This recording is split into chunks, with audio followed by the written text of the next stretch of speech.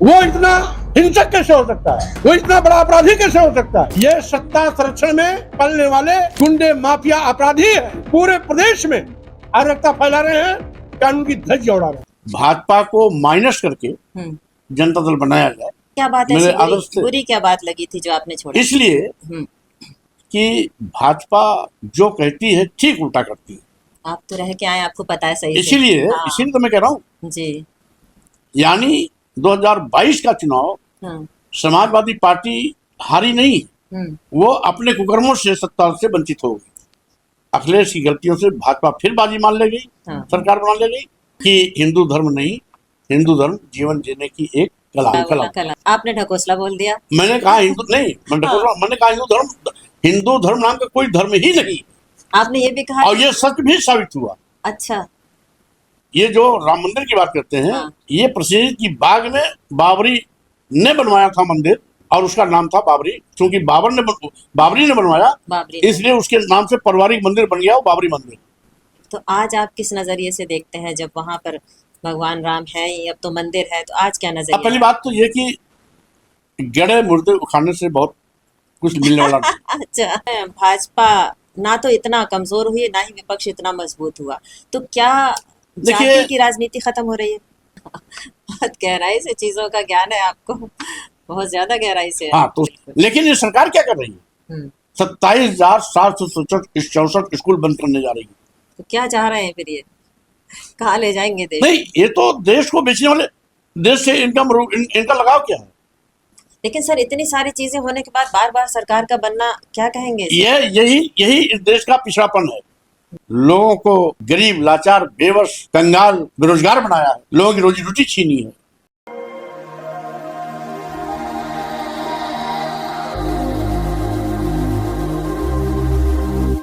आज के पॉडकास्ट में आप सभी का बहुत बहुत स्वागत है। साथियों, आज का पॉडकास्ट कुछ खास होने वाला है। जी हाँ, मैं आज के पॉडकास्ट की शुरुआत करूं इससे पहले कुछ लाइन आपसे कहना चाहती हूँ कि वो सच के लिए अकेला चला था, आज भी वो सवालों का कारवां बन गया है। जिसे कुर्सी ने बदला नहीं, वही नाम स्वामी प्रसाद मौर्य बन गया है। अब तक आप समझ गए होंगे कि मेरे साथ कौन बातचीत के लिए हैं। सर, आपका बहुत बहुत स्वागत है। शुक्रिया। सर, जैसा कि मैंने कहा कि सवालों के कारवां बन गए हैं, तो सर राजनीति कहाँ से शुरू करी आपने? मैंने इलाहाबाद विश्वविद्यालय से MA LLB करने के बाद अपने सामने जीवन की शुरुआत की। अच्छा। विश्वविद्यालय में छात्र राजनीति से सामाजिक कार्यों की और राजनीतिक कार्यों की शुरुआत करने के साथ साथ मैं सामाजिक मंचों पर सक्रिय हो गया था। इलाहाबाद विश्वविद्यालय का छात्र जीवन में ही मैंने जो सामाजिक भेदभाव है, ढोंग ढकोसला है, धर्म के नाम पर छलावा है, जी, जात पात, छुआछूत, ऊंच नीच, भेदभाव के नाम पर जो विषमता है, जी, इसका मैं पुरजोर विरोध करता रहा। कितनी बार? और यहाँ तक कि जी, मैं सामाजिक मंचों पर हाँ, इस यथास्थितिवादी व्यवस्था का बहिष्कार आंदोलन भी शुरुआत किया। जी हाँ, बुद्ध और अम्बेडकरवाद के रास्ते पर चला, क्योंकि बुद्ध का दर्शन एक ऐसा दर्शन है जिसमें जात पात, छुआछूत, ऊंच नीच, भेदभाव का कोई स्थान नहीं है। वो इंसानियत का ही महत्व रखता है, इंसानियत का संदेश देता है, मानव मानव एक समान की विचारधारा होती है। इसीलिए मैं शुरू से समता मूलक विचारधारा का पोषक रहा। और इसी दरमियान जब मैंने सामाजिक मंचों पर अपनी सक्रियता दिखाई थी, विश्वविद्यालय की मेरी शिक्षा भी पूरी हो चुकी थी, हाई कोर्ट की वकालत करने के लिए मैंने बार काउंसिल में रजिस्ट्रेशन भी करा लिया, वकालत भी शुरू कर दिया। यूनिवर्सिटी छोड़ते ही मैं युवा लोग का प्रदेश महासचिव बनाया गया। अच्छा। 80 में। और तब से माननीय चौधरी चरण सिंह जी के नेतृत्व में मैंने अपने राजनीति की शुरुआत की थी। लंबे अरसे तक मैं 85 तक मैं युवा लोग का प्रदेश महासचिव था। कितने इलेक्शन लड़े सर अभी तक? इलेक्शन तो लगभग पहला चुनाव तो मैं 85 में लड़ा, हम्म। जिसमें काउंटिंग में मैं हराया गया था। वो मेरे जीवन का पहला चुनाव था। अच्छा, चुनाव कैसे होता है ये सीखा था। ये मुझे भी नहीं मालूम था। अच्छा। गिनती में हराया गया था, क्योंकि हाथ वाली गिनती होती थी हाँ। और 3 तिकड़म साजिश से मैं वाकिफ था नहीं। इनोसेंट कैंडिडेट के रूप में हरा दिया गया। गिनती में दांव खेल गए लोग। जी। लेकिन जहां से मैं चुनाव लड़ा था वो सामंती क्षेत्र था, अच्छा। विशेष रूप से इंदिरा गांधी जी का क्षेत्र था वो, हम्म। राबड़ी। और इंदिरा गांधी जी की उस समय हत्या हो गई थी। अच्छा अच्छा। 84 में उनकी हत्या हुई हाँ। थी। 85 में पहला चुनाव हुआ था। ठीक है। अरुण नेहरू जी उनके बाद वहां से सांसद बन गए थे, केंद्र में राज्य मंत्री थे। हम्म। उनकी मौजूदगी में वो चुनाव आपने मैं पहला लड़ा था और हारा था। हारा क्या, हराया गया था। हरा गया था। फिर कौन सा चुनाव लड़ा सर? फिर लगातार जो भी चुनाव आता रहा उसी विधानसभा से मैं लड़ता रहा। कामयाबी हमें मिली। पहला चुनाव में जीता 96 में, हम्म। फिर 2002 में, अच्छा। फिर उसके बाद 2009 का विधानसभा उपचुनाव जीता, हम्म। फिर 12 का जीता, हम्म। फिर 17 का जीता। कितनी बार विधायक और सांसद? 5 बार एमएलए और 2 बार एमएलसी। अच्छा। 5 बार एमएलए, हाँ। 2 बार एमएलसी, एमएलसी। और कुल मिलाकर के 6 बार मंत्री पद का मैंने शपथ लिया। वाह। 3 बार नेता विरोधी दल के पद भी रहने का मौका मिला। अच्छा। क्या उतार चढ़ाव देखे इस बीच? उतार चढ़ाव मैंने देखा कि हमारी टकराहट शुरुआती दौर से हम्म। वैचारिक रही। अच्छा। मैं व्यक्तिगत मनमुटाव न मेरा कभी किसी से था, ना आज है, ना आगे होने की कोई कहते हैं संभावना। राजनीति में कोई दुश्मन नहीं होता। हमारी जब भी किसी से टकराहट हुई, वैचारिक टकराहट। हम्म। पहली टकराहट हमारी 89 में श्री मुलायम सिंह यादव से हुई। अच्छा। उस प्रदेश के अध्यक्ष थे, मैं प्रदेश का महासचिव था। हम्म। जनता दल फॉर्मेशन की का वक्त था। हम्म। चौधरी चरण सिंह जी एक्सपायर हो गए थे। हम्म। उसके बाद राष्ट्रीय अध्यक्ष बने थे एच.एन. बहुगुणा जी, हम्म। और कार्यवाहक अध्यक्ष थे चौधरी देवीलाल जी। राष्ट्रीय नेतृत्व में 2 गुट हो गए थे। चौधरी देवीलाल चाहते थे हम्म। भाजपा को माइनस करके हम्म। जनता दल बनाया जाए। सॉरी, चौधरी देवीलाल चाहते थे कि भाजपा को शामिल कर अच्छा। जनता दल बनाया जाए। हाँ। बहुगुणा जी चाहते थे जनता दल को माइनस करके, भाजपा को माइनस करके जनता दल बनाया जनता जाए। दल बनाया जाए। हाँ। मुलायम सिंह एवं उत्तर प्रदेश की लोकदल कमेटी हाँ। बहुगुणा जी के साथ खड़ी हुई अच्छा। कि नहीं, भाजपा को माइनस करके जनता दल बनाया जाना चाहिए। हम्म। इस फैसले के 3-4 दिन बाद ही हम्म। चौधरी देवीलाल जी लखनऊ आए, हम्म। यूपी गेस्ट हाउस में प्रेस किए। एयरपोर्ट जाते वक्त बेनी बाबू के यहाँ चाय पीने चले गए। हाँ। बेनी प्रसाद वर्मा जी उसमें मुलायम सिंह के बाद दूसरे बड़े कद्दावर नेता थे। इस बीच में कोई ऐसी घटना याद है जब आपकी बहुत तकरार किसी से हो गई हो? नहीं, तकरार तो कभी हुई नहीं। अच्छा। जब भी कोई बात हो बेचारे, क्योंकि उसमें हम जब बहुगुणा जी के साथ हमारी प्रदेश पूरी कमेटी रही, हाँ। तो हम लोग भी उससे सहमत थे कि भाजपा को माइनस करके हम्म। जनता दल बनाया जाए। जी। लेकिन बेनी बाबू जी के यहाँ मुलायम चौधरी देवीलाल साहब का चाय पीना, हाँ। वहीं पर मुलायम सिंह जी कहीं ना कहीं कमजोर पड़े, अच्छा। और वो बिना बहुगुणा जी की राय लिए और बिना प्रदेश यूनिट को गुडबुक में लिए, हम्म। जिस दिन औपचारिक घोषणा जनता दल की होनी थी मालवंकर हाल में, हम्म। मुलायम सिंह जाकर के वहां घोषणा करते। अच्छा। इस पर हम लोगों ने एतराज जताया, और यहीं पर जो भी नेता उस समय बिना पूछे जाकर के मालवंकर हाल में इन्होंने घोषणा की थी, जो नेता रुष्ट थे उनसे मैंने निवेदन किया कि आप उन लोगों से बात कर लें, कम से कम हमारा पुराना हाँ। जो दल है उनके साथी सब एक साथ रहें। हम्म। बातचीत करने से उन्होंने मना किया। हम्म। मैंने कहा ये मेरा अंतिम प्रणाम, अगर आप उन लोगों से बात नहीं करते तो मेरा आपका अंतिम नमस्ते है। ये कहकर के मन के यार से बाहर आया, अच्छा। फिर पलट कर कभी उधर नहीं गया। हमारे व्यूअर्स जानना चाहेंगे कि कैबिनेट मंत्री के पद पर रहते हुए आपने इस्तीफा दिया और सपा में आ गए, वो उस वक्त जब आपका बड़ा सियासी पकड़ थी, क्या वजह रही थी? देखिए, मैंने शुरुआती दौर में बता दिया, मैं बुद्ध और अंबेडकर की विचारधारा का हमेशा पक्षधर रहा। यहाँ तक कि शुरुआती दौर में जनता लोक दल के बाद जनता दल के बाद बहुजन समाज पार्टी में आया 2096 को, तो सुश्री बहन मावती जी के साथ हम 22 साल तक लगातार इसीलिए रहे कि बहुजन समाज पार्टी की विचारधारा बाबा साहब के मिशन की विचारधारा से जुड़ी थी। बिल्कुल।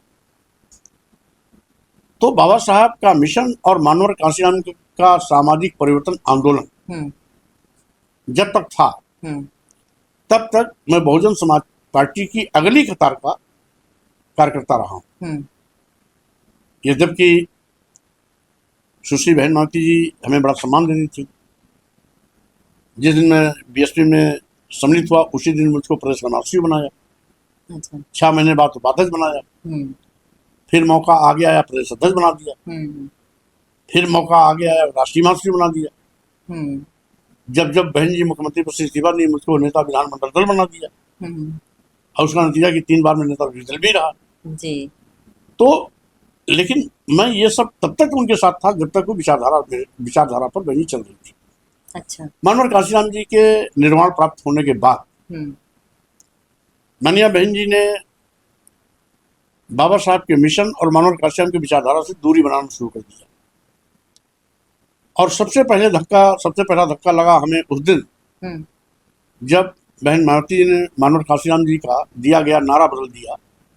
मानवर कांशीराम जी ने एक नारा दिया था, जिसकी जितनी संख्या भारी उसकी उतनी हिस्सेदारी। माननीय बहन जी ने मानवर कांशीराम जी के निर्माण के बाद इसको बदल दिया और कहा, जिसकी जितनी तैयारी उसकी उतनी हिस्सेदारी। अच्छा। तो स्वाभाविक रूप से जिसकी जितनी तैयारी के हिसाब से होने लगा फिर तो जिसकी जितनी तैयारी के फार्मूले पर जिन दबे कुचले पीड़ित या वंचित समाज के लिए बहुजन समाज पार्टी मानव कांशीराम बनाई थी, वो मकसद खत्म हो गया। तो मैंने सोचा कि जब अब बहुजन का मिशन ही खत्म हो गया, बाबा साहब का मिशन खत्म हो गया, मानव कांशीराम का सोशल इंजीनियरिंग का फार्मूला अब नहीं रह गया। बिल्कुल। और अब दबे और कुचले वंचित समाज के लोग बीएसपी बनी थी, अब उनके टारगेट पर वो भी नहीं रह गया। तो अब तो जिसकी जितनी तैयारी में जो हैप्स पीपुल हैं वो आ जाएंगे। हैप्स नाट का कोई स्थान है नहीं। और मैं हमेशा हैप्स नाट की लड़ाई लड़ा हूँ। इसीलिए मैं बहन जी को पहले पटरी पर लाने की कोशिश की, बात किया, घंटों बात की, 1.5 घंटे बात की। अच्छा। वार्ता भी बहुत कूल वातावरण में हुई। हर बात पर मैं उनको संतुष्ट भी करने की कोशिश किया। वार्ता भी अंत हुई तो हमें लगा कि कुछ सकारात्मक परिणाम भी आएंगे। लेकिन उसी के 3 महीने बाद पंचायत चुनाव घोषित हुआ। और पंचायत चुनाव में जब उन्होंने कार्यकर्ताओं पर लगा दिया कि जो शेड्यूल कास्ट का वर्कर है, अगर पंचायत का चुनाव लड़ेगा, सब जिला पंचायत लड़ेगा तो 2.5 लाख देगा और सामान्य लड़ेगा तो 5 लाख देगा। तो जिस दिन शेड्यूल कास्ट के लोगों पर 2.5 लाख लगाया, मैंने देखा कि शेड्यूल कास्ट तो हैंड टू माउथ रोज मजदूरी करता, रोज खाता। कहाँ से देगा इतना? 10-20 हजार 25 हजार रुपए में चुनाव लड़ता है, उसी में जीतता है, उसी में हारता है। बिल्कुल सही। 2.5 लाख कहाँ पाए? तो ये उसी दिन से किस बात पर मांगे जा रहे थे ये? कैसे? पार्टी चलाने के नाम पर और क्या? फार्मूला और क्या, और कहाँ से किया? लेकिन वो अनुचित था। मैंने इसका कड़ा विरोध किया। और जब बहन जी की मैंने देखा वो कुछ भी परिवर्तन करने पर तैयार नहीं है, तो मैंने फिर परिवर्तन का निर्णय लिया। अच्छा। राष्ट्रीय महासचिव नेता विरोधी दल रहते हुए मैंने बसपा छोड़ी। बहुत बड़े बड़े पद छोड़ दिए। मैं उस समय लीडर पोजीशन था, कैबिनेट मंत्री दर्जा था मेरे पास, राष्ट्रीय महासचिव था। पहली बार मैं बसपा को छोड़ा, नेता विरोधी दल और राष्ट्रीय महासचिव की हैसियत से। उसके बाद बात चली, उसमें नया मोदी जी का आगमन था, सबका साथ सबका विकास सबका विश्वास का नारा चला था। हमने सोचा ये सबका विश्वास और सबका विकास चलता जुमला रहे। है कैसे। हाँ। बहरहाल हम्म। राजनीतिक परिदृश्य को देखते हुए हम्म। मैं भाजपा में चला भी गया। हाँ। जाने के बावजूद भी मैं अपनी विचारधारा कभी नहीं छोड़ा अच्छा। और कैबिनेट मंत्री भी बना। हम्म। एकड़ मंत्री था। मैं कभी भी न उसूलों से समझौता किया, न कभी विचारधारा से समझौता किया। जय भीम का नारा मेरा पहले भी था, जय बाद भीम में का भी नारा था। भाजपा में जाने के बाद भी था। हाँ। डॉक्टर अम्बेडकर बुद्ध हमारे पहले भी आदर्श थे। डॉक्टर अम्बेडकर हमारे बुद्ध उस समय भाजपा में भी मैं था, तो सर क्या बात मेरे ऐसी आदर्श थे। बुरी क्या बात लगी थी जो आपने छोड़ा? इसलिए हम्म। कि भाजपा जो कहती है ठीक उल्टा करती है। आप तो रह के आए, आपको पता है सही से। इसीलिए हाँ। इसीलिए तो मैं कह रहा हूँ। जी। और पार्टी छोड़ने का निर्णय हमने तब लिया क्योंकि हमारे वर्किंग में किसी की दखल कभी मैं स्वीकार करता नहीं था। अच्छा। ये सब जानते थे, इसलिए मुझसे कभी कोई पंगेबाजी भी नहीं करता था। मैं भाजपा में मंत्री रहते हुए भी किसी आरएसएस के नेता के यहाँ कभी हाजिरी देने नहीं गया। अच्छा। किसी नेता के दरवाजे पे नहीं गया। इसलिए हाँ। मैं अपनी स्टाइल का अलग नेता था। और जो हनक के साथ में बसपा में मंत्री रहा हूँ, उसी हनक के साथ में भाजपा में भी रहा। हाँ। लेकिन एक दिन का वाकया है जी। कैबिनेट की बैठक में बिना पूर्व सूचना के एक प्रस्ताव आया कि उत्तर प्रदेश के सभी मेडिकल विश्वविद्यालयों, मेडिकल कॉलेजों में professor, reader, associate professor, assistant professor के पद बड़े पैमाने पर रिक्त हैं। क्योंकि अनुसूचित जाति, अनुसूचित जनजाति, पिछड़े वर्ग के अभ्यर्थी उपलब्ध नहीं, इसलिए सभी पदों को सामान्य ओर से भर दिया जाए। ठीक है। मैंने इस पर क्वेरी कर दिया। पहली बात तो ये कैबिनेट प्रस्ताव आया क्यों? हाँ, सही बात। अगर आया तो क्या इसके पहले आपने विज्ञापन निकाला? हाँ, क्यों नहीं आए कैंडिडेट? और अगर विज्ञापन निकाला तो कितनी बार निकाला? सही बात है। तो प्रस्ताव प्रस्तुत करने वाले जो अपर मुख्य सचिव थे वो दाएं बाएं देखने लगे। मैं टाइट शब्दों में बोला। अच्छा। जब टाइट शब्दों में बोला तो फिर मुख्यमंत्री भी हमारा पक्ष रखते हुए अधिकारी को डांटे कि मुझे पूछे बता क्यों नहीं रहा। ठीक है। तब जब मुख्यमंत्री डांटे तब उसने बताया कि सर एको बार विज्ञापन नहीं निकाला। अरे। इसी पर मैंने हमला कर दिया कि जब तुम एक बार भी विज्ञापन नहीं निकाले तो प्रस्ताव आया कैसे? नियम ये है आप पहले विज्ञापन निकालते, बिल्कुल। पहली बार विज्ञापन में आप अभ्यर्थी उपलब्ध नहीं होते दोबारा निकालते, दोबारा भी उपलब्ध नहीं होते तिबारा निकालते। अब तीनों बार में अगर उपलब्ध नहीं होते तब ये प्रस्ताव आता। तब आता है। आपने एक बार भी नहीं निकाला और आपने प्रस्ताव खड़ा दिया। उस पर मैं थोड़ा सा हार्ड टॉक भी किया। अच्छा। अपने शब्दों में डांटा भी। मेरे मिजाज को देखते हुए मुख्यमंत्री भी उसको डांटे। लेकिन अंत में चोर चोर मुझसे भाई अंत में उसको कह दिया चलो तुमने गलती करी, दोबारा गलती मत करना। मैं इसको पास कर रहा हूँ, दोबारा गलती मत करना। तो हमने कहा चलिए तो एक से बढ़कर एक डकैत। इसीलिए हमने, क्योंकि मेरा कॉन्शियस नहीं लागू किया कि अब मुझको रहना चाहिए। भाई मैं मंत्री बनकर के SC ST OBC की जिसकी लड़ाई में शुरू से लड़ा हूँ उसका गला काटा जाए, उसके हक में डकैती डाली जाए, उसका आरक्षण खत्म हो, मैं मंत्री बनकर देखता रहूं, ये मुझे गवारा नहीं हुआ। इसलिए मैंने भाजपा से इस्तीफा देने का निर्णय लिया। मतलब लोगों की खातिर इस्तीफा दिया आपने? स्वाभाविक रूप से। ये शुरू से मेरे मिजाज में भी था। पहले बहुजन समाज पार्टी कार्यकर्ताओं के सम्मान में मैंने दिया, दोबारा आरक्षण के मुद्दे पर मैंने दिया। बिल्कुल। और समाजवादी पार्टी से भी मैंने इस्तीफा दिया। वही समाजवादी छोड़ के आपने अपनी जनता पार्टी। समाजवादी पार्टी में मैं गया तो जिस दिन मैं सम्मिलित हुआ उसी दिन मैंने लाइन खींच दी, 85 तो हमारा है, 15 में भी बंटवारा है। अच्छा। उसका परिणाम भी हुआ कि समाजवादी पार्टी का जो ग्राफ है आसमान चढ़ गया। बिल्कुल। अखिलेश जी चुनाव के पहले अपने को मुख्यमंत्री मान लिए, लेकिन मुख्यमंत्री बनने की गलतफहमी उनको भारी इसलिए पड़ गई कि मैं जब लाइन खींच दिया तो 5 दिन बाद इस जगह परशुराम मंदिर का उद्घाटन किए और ब्राह्मणों के सम्मेलन में फरसा दिखा दिया। यानी जो मैंने लाइन की ठीक उल्टा।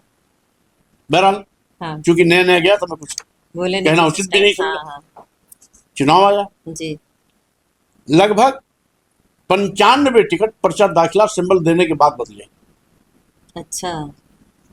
जो 95 टिकट फाइनल कर दिया, सिंबल फॉर्म भी दे दिया, हाँ। कैंडिडेट ने पर्चा भी दाखिल कर दिया। दाखिल के 2-3 दिन के अंदर उन्हें बदल के दूसरा ला दिया।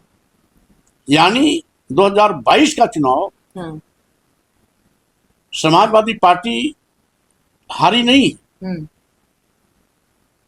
वो अपने कुकर्मों से सत्ता से वंचित हो गई। जो टिकट का बंटवारा सही नहीं हुआ, ये कहना चाह रहे टिकट का बंटवारा नहीं हुआ, और एक टिकट बदलना, 2 टिकट बदलना, 3 सारे टिकट बदलना तो बदलना। समझ में आता है। हाँ, आप 95 टिकट इकट्ठा बदल रहे हो, वो भी सिंबल जमा होने के देने बाद। के बाद। औचित्य क्या है? तो इसमें भारतीय जनता, मेरे भाजपा से इस्तीफा के बाद भाजपा ये जान ली थी कि अब हम सरकार नहीं बना पाएंगे। लेकिन अखिलेश की गलतियों से हाँ। समाजवादी पार्टी का ग्राफ जो आसमान पर था, धीरे धीरे नीचे आना शुरू हुआ, और भारतीय जनता पार्टी जो जमीन पे आ गई थी, हाँ। वो धीरे धीरे उठना शुरू की। और चुनाव के अंत तक आते आते अखिलेश की गलतियों से भाजपा फिर बाजी मान ले गई, हाँ। सरकार बना ले गई, और ये सरकार बनती हुई खेल अपना बिगाड़ करके फिर पैदल हो गए। बहरहाल आपने इस पर आपत्ति दर्ज कराई, किस तरह से टिकट क्यों? वो मैंने कहा, लेकिन चूंकि तत्काल का मामला था, एंट्री किया था, मैं बहुत ज्यादा बहस नहीं करना चाहता था। हाँ, जी। लेकिन सलीके के साथ जो भी कहना चाहिए था वो मैंने सब कह दिया।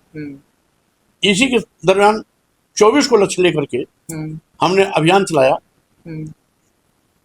जो इस देश के SC ST OBC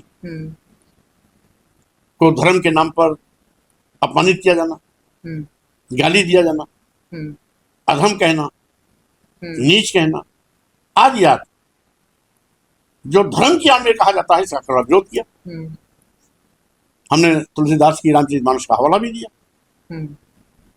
कि जे बड़ा धम तेल कुम्हारा, सुपच की रात कोल कलवारा, जात सूचक शब्दों का प्रयोग करके नीच कहना क्या ये धर्म है? जी। पूजे ही विप्र सकल गुणहीना, पूजे ही न शूद्र, गुण ज्ञान न प्रवीणा।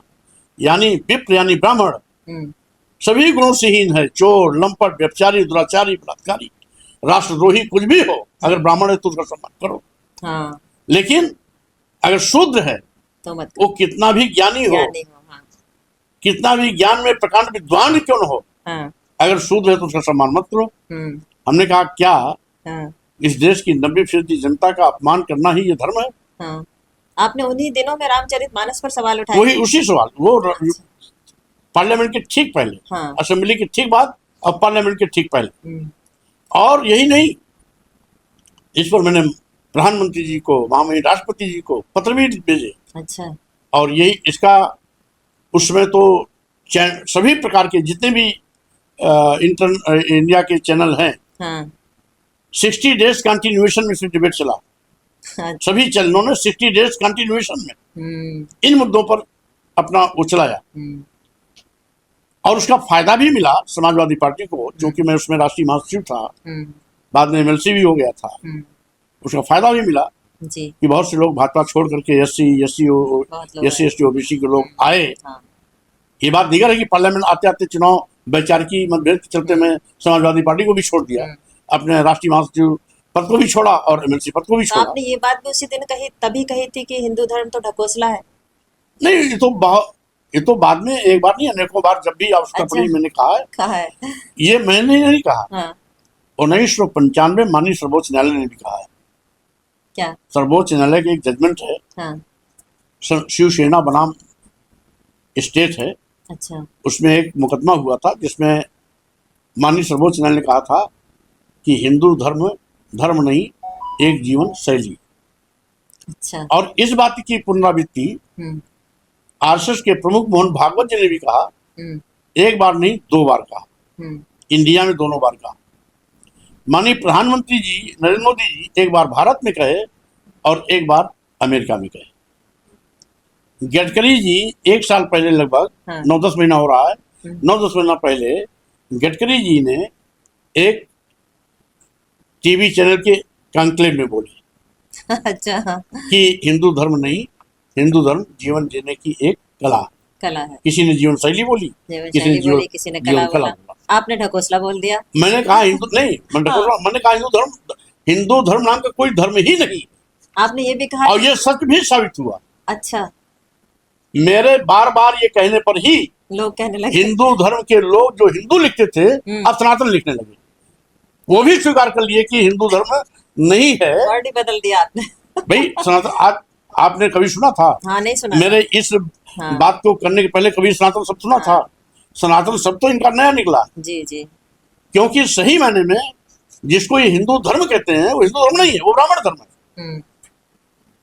ब्राह्मण धर्म है इसीलिए सो कॉल्ड हिंदू धर्म में केवल ब्राह्मण वर्चस्व की बात की गई। ब्राह्मण के अलावा किसी की वर्चस्व की बात नहीं की गई। अगर वो धर्म सबका है तो सबकी बात हो, तो सबकी बात होती। लेकिन हिंदू धर्म कहा क्यों गया? अगर ब्राह्मण धर्म कहते तो ब्राह्मण अल्पमत में आ जाता। इसलिए उसमें क्षत्रिय को भी जोड़ लिया, वैश्य को भी जोड़ लिया, शूद्र को भी जोड़ लिया, जिससे कि हम मेजॉरिटी में बने रहे और ब्राह्मण वर्चस्व सब पर भारी रहे। इसलिए मैंने इनकी कला ही खोली और बैकफुट पे लाके खड़ा भी कर दिया। सनातन लिखने हिंदू धर्म छोड़कर सनातन पे आ गए। और ये भी मैं कहना चाहता हूँ, सनातन शब्द भी तथागत बुद्ध का दिया हुआ है। ये भी इनका नहीं, ये भी उधार लिए हैं। उधार लिए ये भी। इनका धर्म तो ब्राह्मण धर्म ही है। ब्राह्मण धर्म को इन्होंने हिंदू धर्म कह करके लोगों को अपने मकड़ जाल में फंसाया जी। और जब हिंदू धर्म पर मैंने चोट किया, एक बार नहीं अनेकों बार चोट किया, बार बार उस पर ये लोग जवाब भी देते रहे, कई बार उस पर कई मुकदमे भी दर्ज हुए। लेकिन चूंकि माननीय सर्वोच्च न्यायालय का भी वर्जन था, भागवत जी का भी था, मोदी जी का भी था, गडकरी जी का भी था, उसका हवाला दे करके मैंने अंत में इनको मजबूर कर दिया हिंदू धर्म छोड़ करके सनातन कहने के लिए। यद्यपि सनातन शब्द भी तथागत बुद्ध का दिया हुआ है, क्योंकि उन्होंने जब उपदेश दे रहे थे तो उपदेश देते वक्त उन्होंने कहा है, तमाम उपदेश के साथ साथ ये भी कहा है कि शत्रुता से खत्म नहीं हो सकती। यानी दुश्मनी का खत्म करने का तरीका दुश्मनी नहीं, बल्कि दुश्मनी या शत्रुता खत्म करने के लिए मित्र भाव का हाथ बढ़ाना पड़ता है, फ्रेंडशिप का हाथ बढ़ाना पड़ता है। अच्छा, राम मंदिर जब बना और यही सनातन धर्म है जी। ये बुद्ध ने अपने संदेश में देशवती कहा, ठीक है, एष धम्मो सनातना। यही धर्म सनातन, वहीं से चुरा लिया शब्द, उस सनातन से वहां चुरा लिया।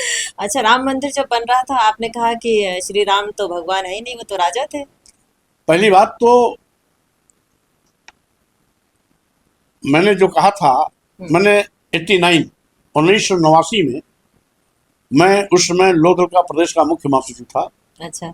मैंने एक बयान दिया था, पार्लियामेंट की नेपाल गेजेटियर में एक वर्जन मिला था जिसको मैंने पढ़ा था जी, कि उसमें बाबरी मस्जिद का विवाद तेज पकड़ा, ताला लगा था। तो राजा प्रसेनजीत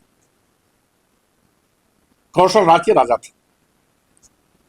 कौशल राज की राजधानी थी श्रावस्ती, साकेत उपराजधानी थी। अयोध्या और साकेत दोनों पुरानी उपनगरी हैं, ऐतिहासिक, हिस्टोरिकल। राजा प्रसेनजीत बौद्ध धर्म को मानने वाले थे। ठीक है। तथागत बुद्ध कई वर्षावास श्रावस्ती में किए थे, 4 वर्षावास उन्होंने साकेत में भी किया।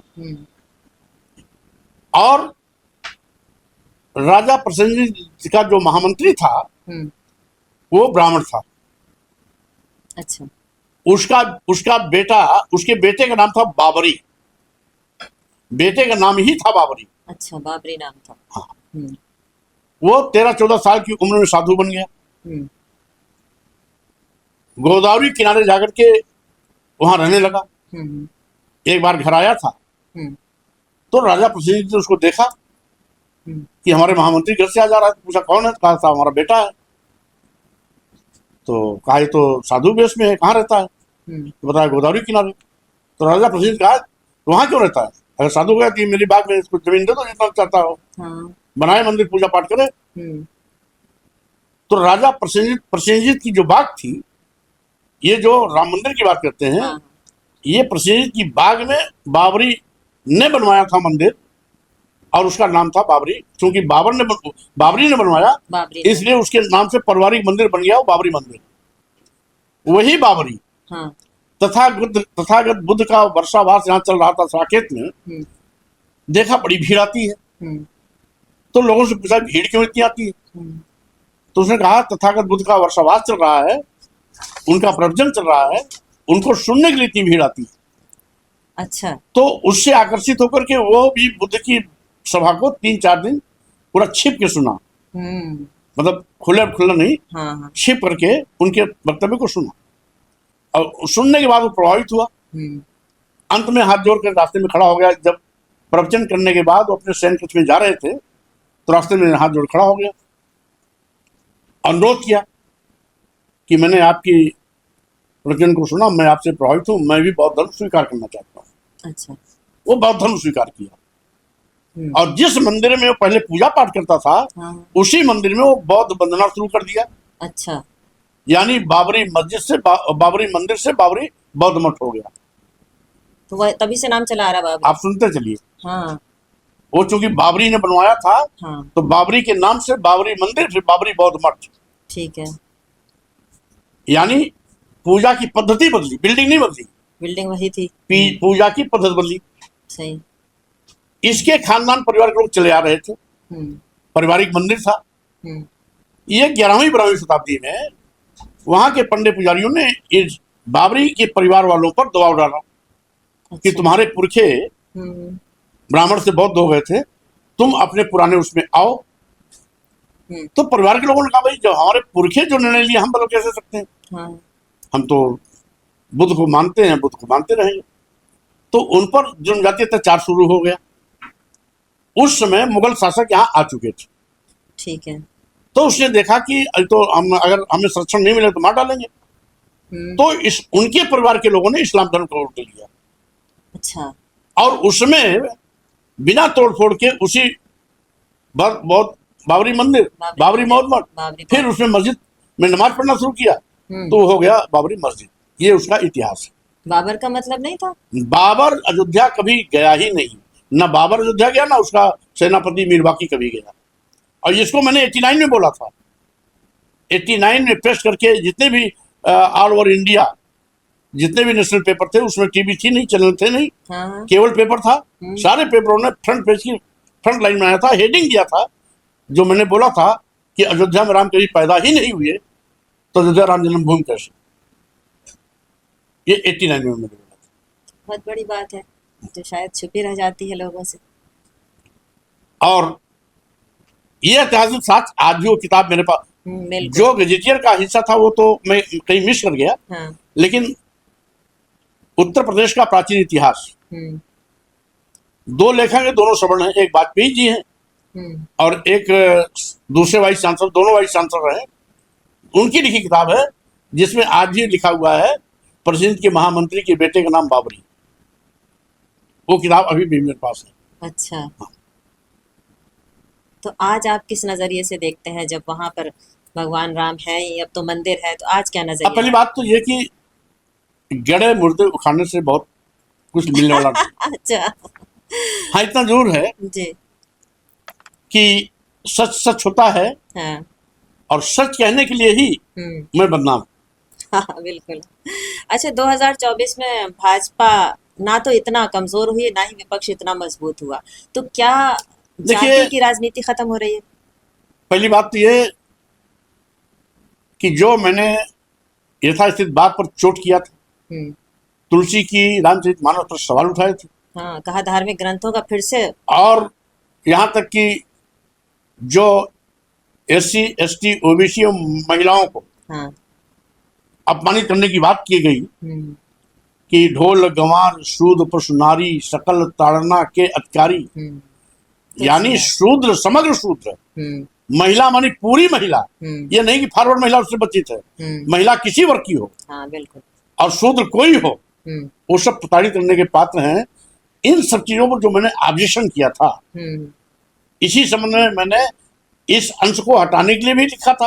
हम्म प्रधानमंत्री को भी पत्र दिया था और राष्ट्रपति जी को पत्र दिया था। यद्यपि वहां से कुछ होना तो है नहीं, बिल्कुल। लेकिन गीता प्रेस गोरखपुर ने हम्म जो प्रताड़ित शब्द हमने कहा था कि माननीय पीठ ने प्रताड़ित करने का पात्र, हम्म उसको बदल के शिक्षा जरूर कर दिया। अच्छा, हाँ, परिवर्तन तो कर दिया। रामचरितमानस में हाँ, रामचरितमानस में शिक्षा, उसको उसकी जगह जहाँ शिक्षित। पहले अर्थ उसका था हाँ, कि प्रताड़ित। मारना पीटना प्रताड़ित करना, हाँ। वहां शिक्षा लिख दिया। लेकिन उस पर भी मैंने उनको छोड़ा नहीं, क्योंकि एक जगह तो उन्होंने प्रताड़न को बदल दिया, ताड़न का अर्थ बदल दिया। हाँ एक जगह और है जहाँ ताड़न का अर्थ नहीं बदला, वहां आज भी उसको मारना पीटना प्रताड़ित करना है। बहुत गहराई से चीजों का ज्ञान है आपको, बहुत ज्यादा गहराई से है। हाँ, तो उसमें है कि सापत ताड़त पुरुष कांता, तो यहाँ पर ताड़त शब्द का वही अर्थ जो पहले था, वो नहीं बदले, वही बदलना चाहिए था। वही बदलना भी चाहिए था। तो इस तरीके से जी क्योंकि इतिहास में मैं नहीं जानना चाहता, जी हाँ। कुल मिलाकर के इस देश के 90% लोगों को 10% लोगों ने गुलाम बनाया, धर्म के नाम पर, व्यवस्था के नाम पर, हाँ। भाग्य के नाम पर, भगवान के नाम पर, आत्मा के नाम पर, परमात्मा के नाम पर, जबकि इनका कोई अस्तित्व नहीं है। ये सब ढकोसलेबाजी है। एक वर्ग विशेष का धर्म के नाम पर धंधा चल रहा है। और जो किसी का धंधा है वो औरों के धर्म कैसे हो सकता है? और यदि ब्राह्मण वर्ग का ही वर्चस्व सब कुछ है तो अन्य लोगों का उस धर्म से लेना देना क्या है? चमुनी का है। तो आज की जो राजनीति है किस तरह से देखते हैं आप? क्योंकि आज इत्तेफाक से केंद्र और प्रदेश में भाजपा की सरकार है। हाँ। भाजपा में मैं रह भी चुका हूँ। हाँ, बिल्कुल। इन्होंने नारा दिया था सबका साथ, सबका विकास, सबका विश्वास। हाँ। और जो भी इनके झांसे में आया जी बारी बारी सबके विश्वास का कत्लेआम कर दिया, सबको धोखा दिया, सब कुछ छला। देश के नौजवानों ने झूम करके वोट दिया था।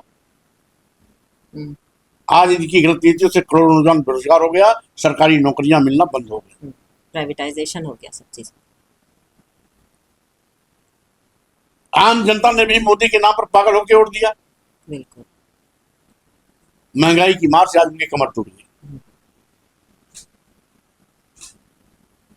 गरीब भी सोचा था कि हमारे खाते में 15 लाख, 40 लाख, 20 लाख आएगा, वो भी झूम के वोट दिया। नतीजा हुआ गरीब कंगाल हो गया, कंगाल से कंगाल हो गया। और आज बदहाली का आलम यह है कि 140 करोड़ की आबादी में 80 करोड़ लोगों की जिंदगी 5 किलो 10 किलो चावल पर आके टिक गई। देश को कहाँ खड़ा देख अब जब 80 करोड़ लोग, जिस देश में 80 करोड़ लोग 5 किलो 10 किलो चावल पर अपनी जिंदगी बिताने के लिए मजबूर होंगे, तो वो 80 करोड़ 5 किलो 10 किलो चावल पर जिंदगी बिताने वाला व्यक्ति क्या अपने बेटे बेटी को विश्वविद्यालय पढ़ाने की हैसियत सपना दे सकता है?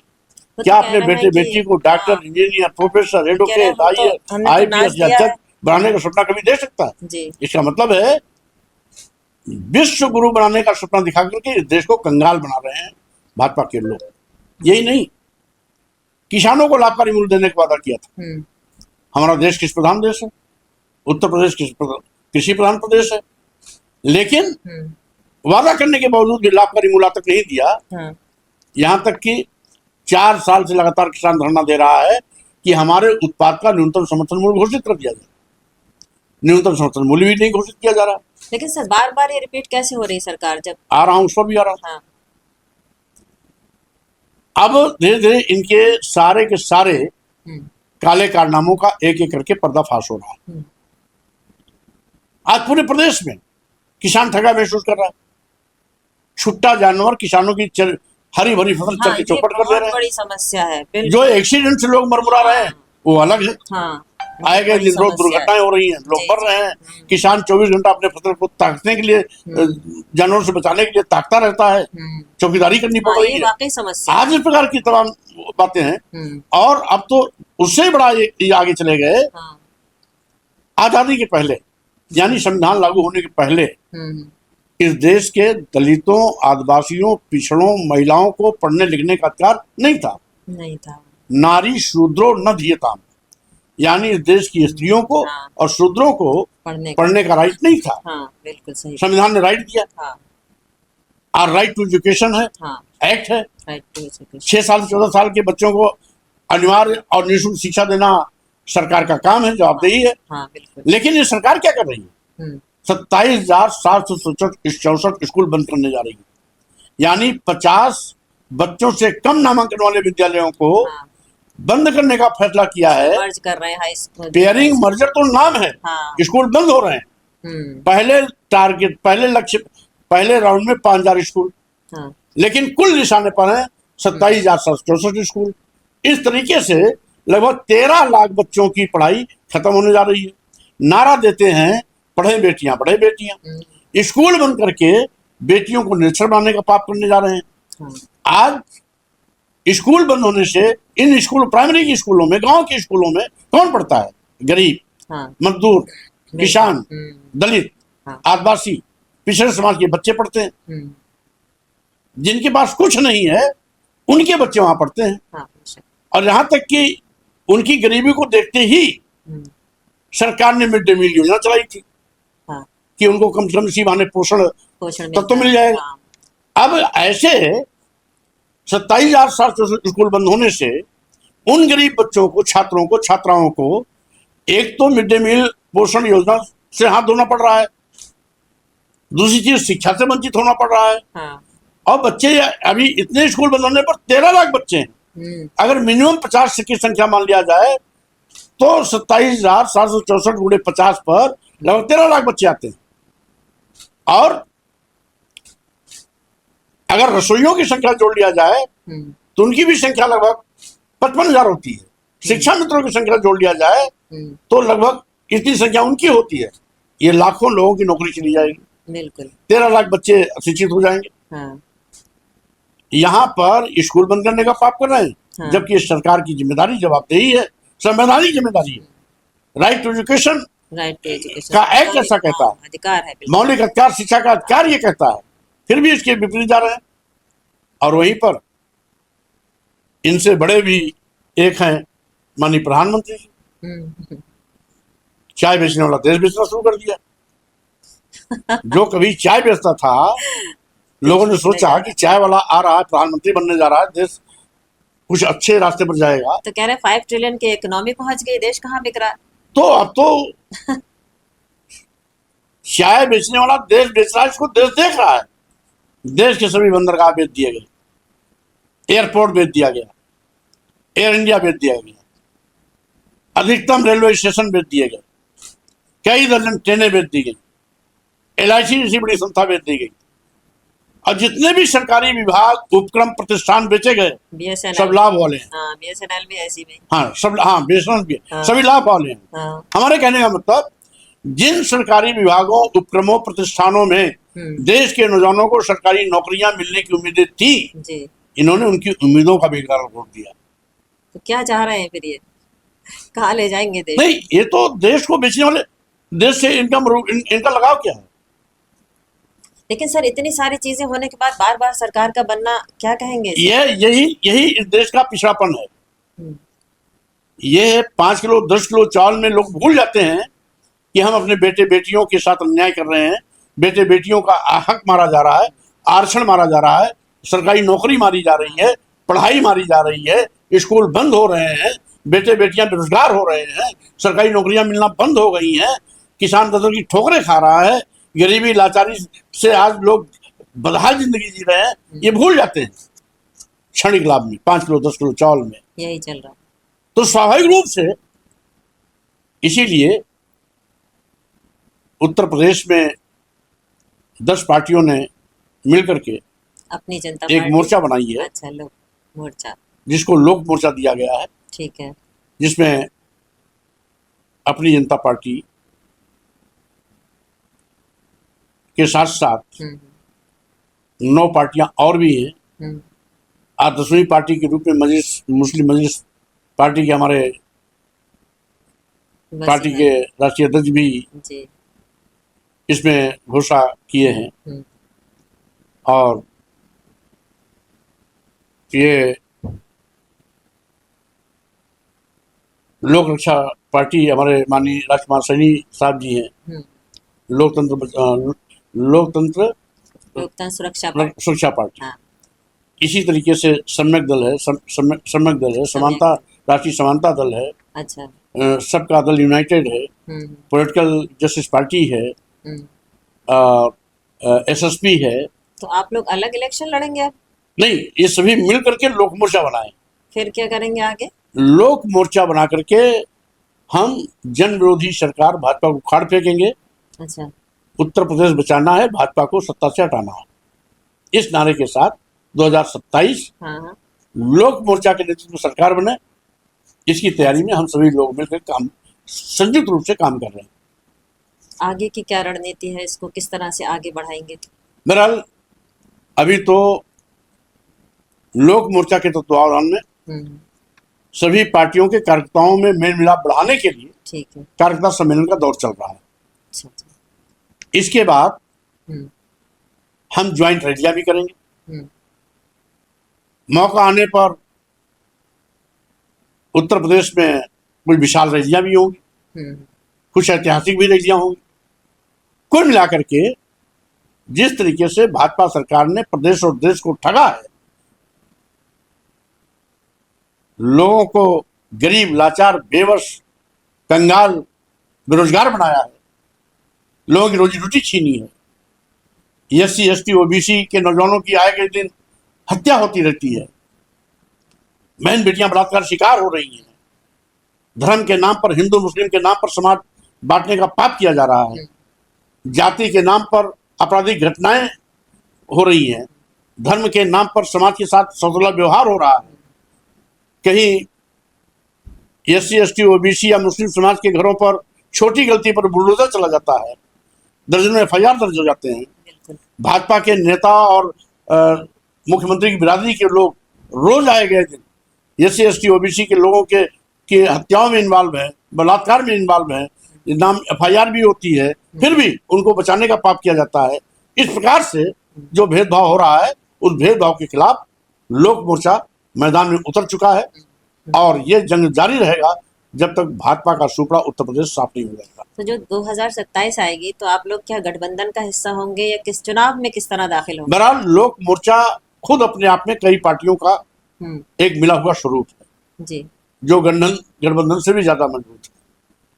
हमारे मकसद में साथ देने वाले कोई भी होंगे, जो भी समान विचारधारा के लोग हैं उनका हम स्वागत करेंगे। लाइक माइंडेड लोगों के साथ बात करने में किसी प्रकार का कोई गुरेज और परहेज नहीं। बहुत लंबी राजनीति का दौर देखा है, कुछ शब्दों में जो नेता बनना चाहते हैं उनके लिए क्या संदेश है? देखिए, स्वाभाविक रूप से कुछ स्वार्थी लोग भी राजनीति में आते हैं अपने निहित स्वार्थों की पूर्ति के लिए। बिल्कुल। इसलिए नौजवानों से मेरी अपील है कि जब भी राजनीति में आना है तो सोच दूरदर्शी हो, लक्ष्य बड़ा हो, समाज राष्ट्र हित की प्राथमिकता हो, बिल्कुल, और संविधान के दायरे में रह करके हम सशक्त राष्ट्र निर्माण की ओर कदम आगे बढ़ाएं। इस संकल्प के साथ अगर राजनीति में आते हैं तो हम समझते हैं राजनीति के लिए भी बेहतर होगा और आने वाले उस नौजवान के लिए भी बेहतर होगा।